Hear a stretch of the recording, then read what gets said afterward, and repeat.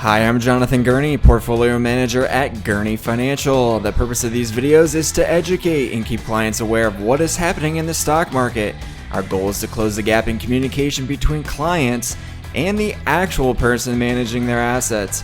We use fundamentals primarily and technicals as a part of our analysis. We hope the charts and education help clients and viewers alike. A friendly reminder that these videos are not to be taken as financial advice. Should you have questions, feel free to reach out to us through email, social media comment section, and please make sure you subscribe to our YouTube channel. So let's get into it. The title of today's message is basically "The Tug of War Continues," and boy, is it ever a tug of war. Today is Friday. We're not quite to the close today, but we as a firm are probably not going to make any trades for the rest of the day. We'll continue to watch and have, key levels that if we need to trade, we will. Don't foresee that happening, but just wanted to kind of give you our thoughts on what is happening. I want to first go over this line that I continue to see, and I think it's so true, is there's nothing like price to change sentiment. Again, there's nothing like price, meaning the movement, the stock market going up or down, to change sentiment or the way people feel. So let's think about this. What are you seeing in the news when we were 2% off all-time highs? All was good. There was no fear whatsoever. We have 1% down days, and oh my gosh, we might be going into a recession now. This is the reality. This is how the market works.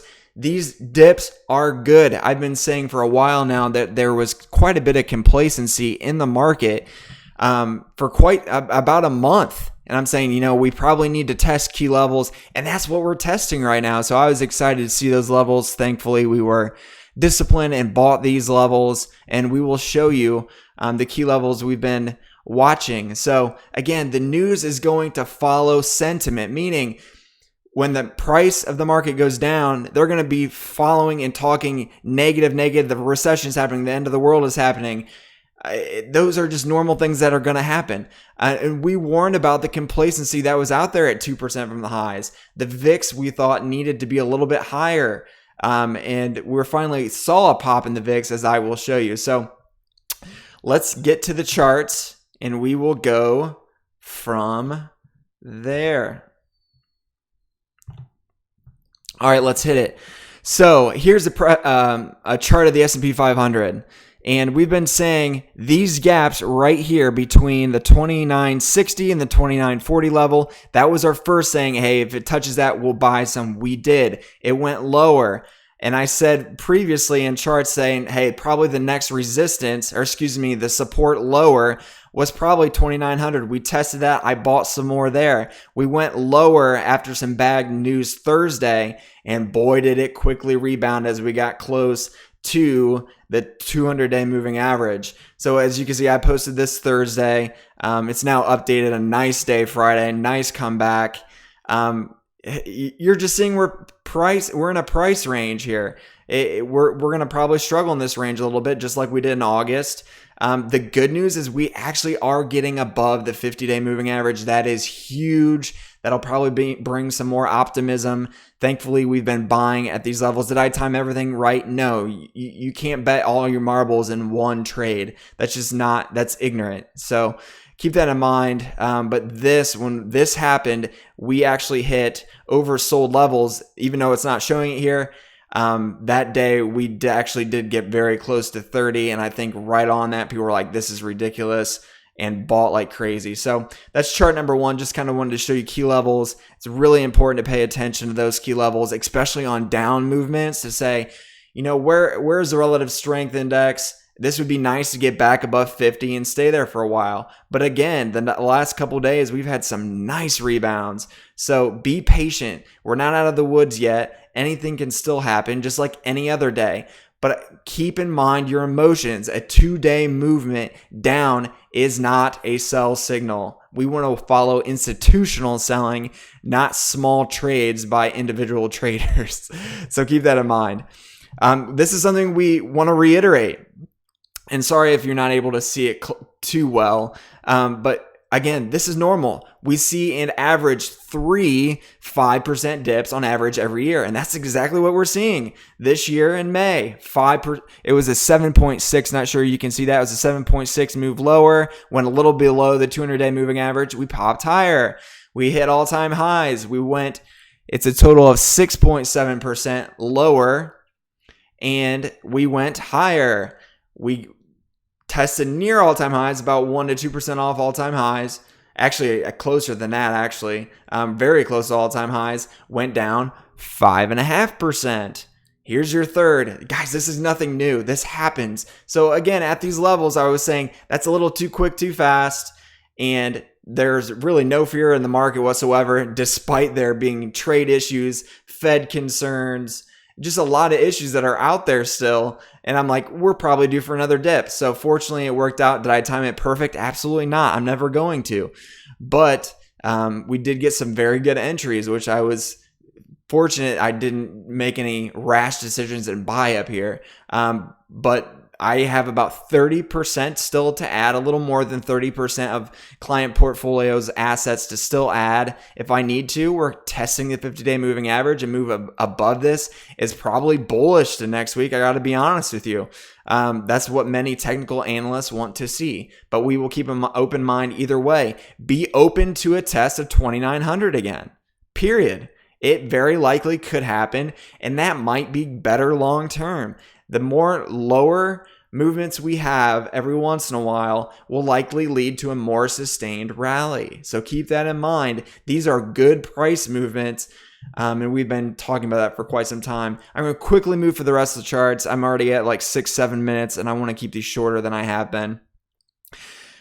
For weeks, we've been saying we want to pay attention and follow the growth. What is growth doing? And that is the green momentum shares finally starting to play catch up and build some bases over value stocks. So this is very good. This is what we wanted to see. And some of the leaders regain some strength, and we're starting to see that. As you can see in September, like 16th, or excuse me, more in this range between the 9th and the 16th, we were seeing where the value was up 3% and growth was down like 2%. I mean, that's a huge swing. And look, we saw this crossover. So that was another good indicator for us to say this might not be a bad time to get in realistically. Some concerns that I am seeing, we got to be real. There's good and bad in every stage of the market, and we're going to be real about that. So it's not to scare you, it's just be a realist. You're going to have up and down days. The Russell 2000 is struggling. Why is it struggling? Well, it tends to be a risk on asset, meaning people are a little hesitant to get in during downfalls. I mean, that's a huge move low quick, but that was also a huge move high, and I'm saying that's a little too fast. Finally, I actually did add some into this area, full disclosure. It is very close to testing this gap. We would like to see this get above the 200-day moving average pretty quick here. Would like to see that happen. That would be ideal for the market. So that is a concern. Why is it not going faster like the rest of the market? Well, because it has more financial stocks in it, and bonds our yields are going down significantly, which is not ideal for financial companies traditionally. So in general, so it's a very basic description, but that's all we really need to say at this point. So let's take a look at the VIX real quick. Pay attention to this. The fear index, what did we say? We said, hey, we're seeing some complacent numbers here right around the 13 range. I am not buying until the fear increases. And it has. We saw a nice spike, and now we're really close to the 200-day moving average. It'd be nice to, the 50-day moving average. It'd be nice to see this pop down below and kind of stick in the 15 to 16 range for a while. That would probably make the market feel a little more comfortable. But it's good to see the market is being realistic now. Like we were for so long with the VIX so low, it's like we're due for a bounce. So that is the fear index for you.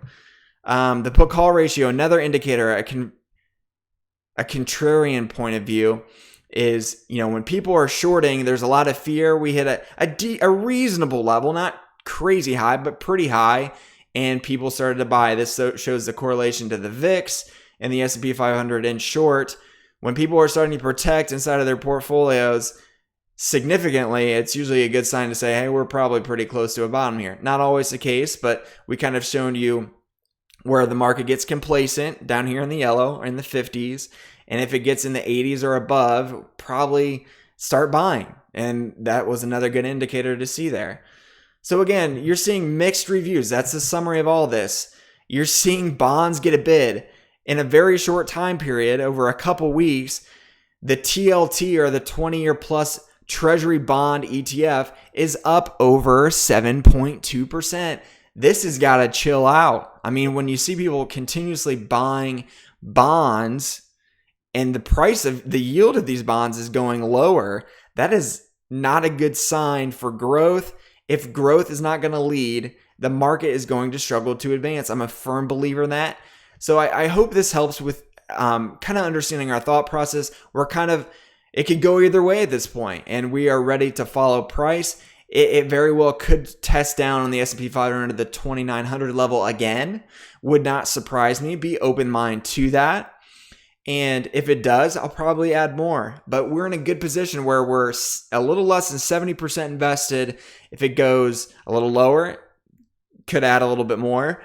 But I still want to see a little more confirmation from big tech growth names and just not fully seeing it yet. So I definitely added on the dips as I should, but not all in at this point, nor do I believe we should be. So we're going to conclude here and give our conclusion, our thoughts. So again, the tug of war remains in effect here. We're right at key levels. The S&P 500 is at its 50-day moving average of the 2940. The VIX is right at near its 50-day moving average. The Russell, we would like to get above the 200-day moving average. So again, a 1-2-day movement is not a trend in the market. That is a summary you have to understand. It's very important to understand those things. That's pretty much all we have today. As always, we're always trying to give you a balanced approach. The market is not always going to go up. Usually the down movements are opportunity. You got to view it that way, especially my clients when I've been waiting for a month for a dip. So fortunately, we prevented some of the losses, and now we have some nice gains this week. So it's very interesting to see. We started Monday and the news make it seem like the world is ending. But in reality, the Nasdaq's going to likely close the week positive after all this crap that went on. So keep that in mind. So I hope these learnings, these tips help you. If you have questions, reach out to us.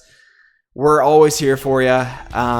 That's pretty much all I got for this week. We'll keep you apprised. Next week will be all over the place as well. Call if you have questions. Thanks again, guys.